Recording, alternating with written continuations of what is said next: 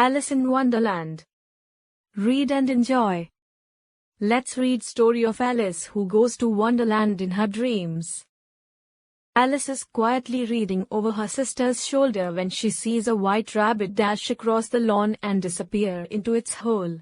She jumps up to rush after him and finds herself falling down the rabbit hole. At the bottom, she sees the white rabbit hurrying along a corridor ahead of her and murmuring that he will be late. He disappears around a corner, leaving Alice standing in front of several locked doors. On a glass table, she finds a tiny golden key that unlocks a little door hidden behind a curtain.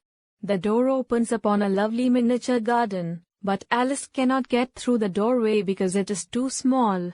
She sadly replaces the key on the table. A little bottle mysteriously appears. Alice drinks the contents and immediately begins to grow smaller, so much so that she can no longer reach the key on the table.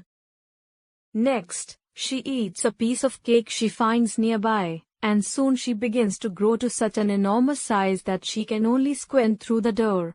In despair, she begins to weep tears as big as raindrops.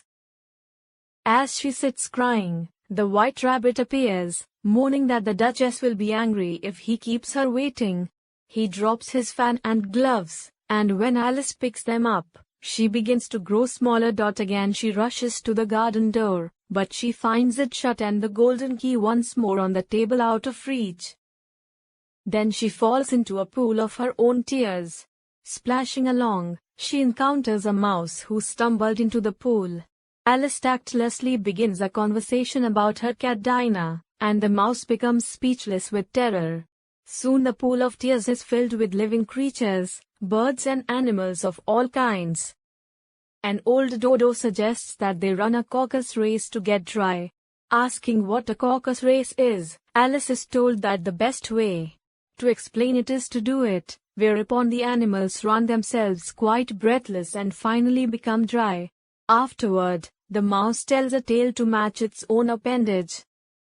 Alice is asked to tell something, but the only thing she can think of is her cat Dinah. Frightened, the other creatures go away, and Alice is left alone. The white rabbit appears once more, this time hunting for his gloves and fan. Catching sight of Alice, he sends her to his home to get him a fresh pair of gloves and another fan. In the rabbit's house, she finds the fan and gloves and also takes a drink from a bottle. Instantly, she grows to be a giant size and is forced to put her leg up the chimney and her elbow out the window to keep from being squeezed to death. She manages to eat a little cake and shrink herself again, as soon as she is small enough to get through the door. She runs into a nearby wood where she finds a caterpillar sitting on a mushroom.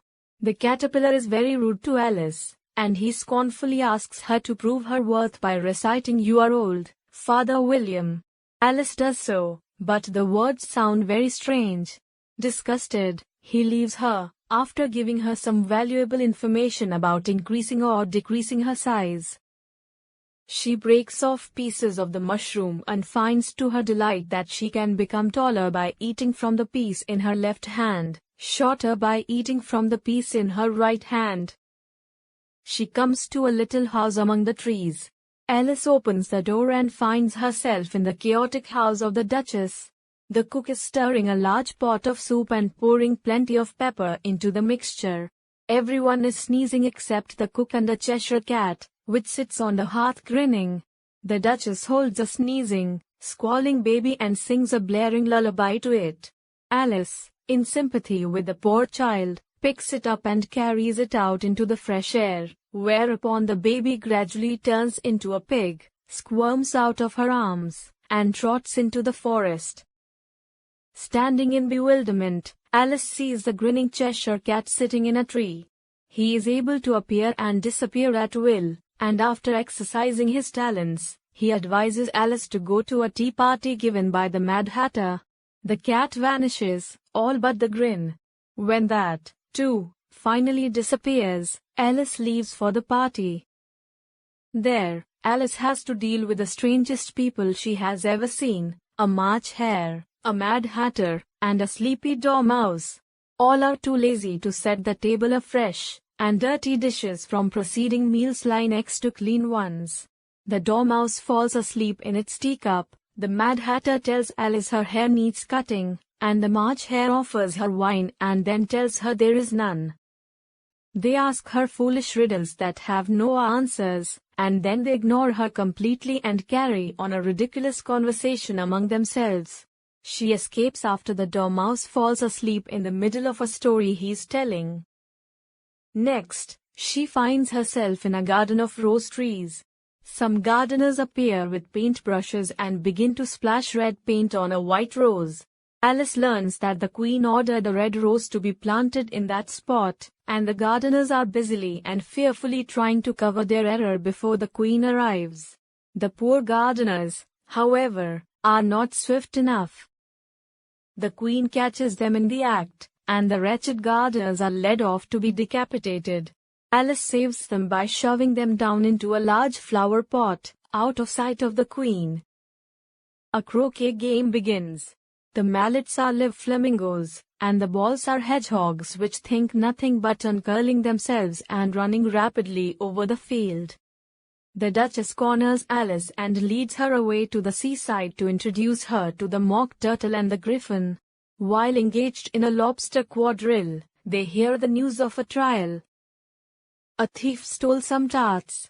Rushing to the courtroom where a trial by jury is already in session, Alice is called upon to act as a witness before the King and Queen of Hearts, but the excited child upsets the jury box and spills out all of its occupants. After replacing all the animals in the box, Alice says she knows nothing of the matter. Her speech infuriates the Queen, who orders that Alice's head be cut off.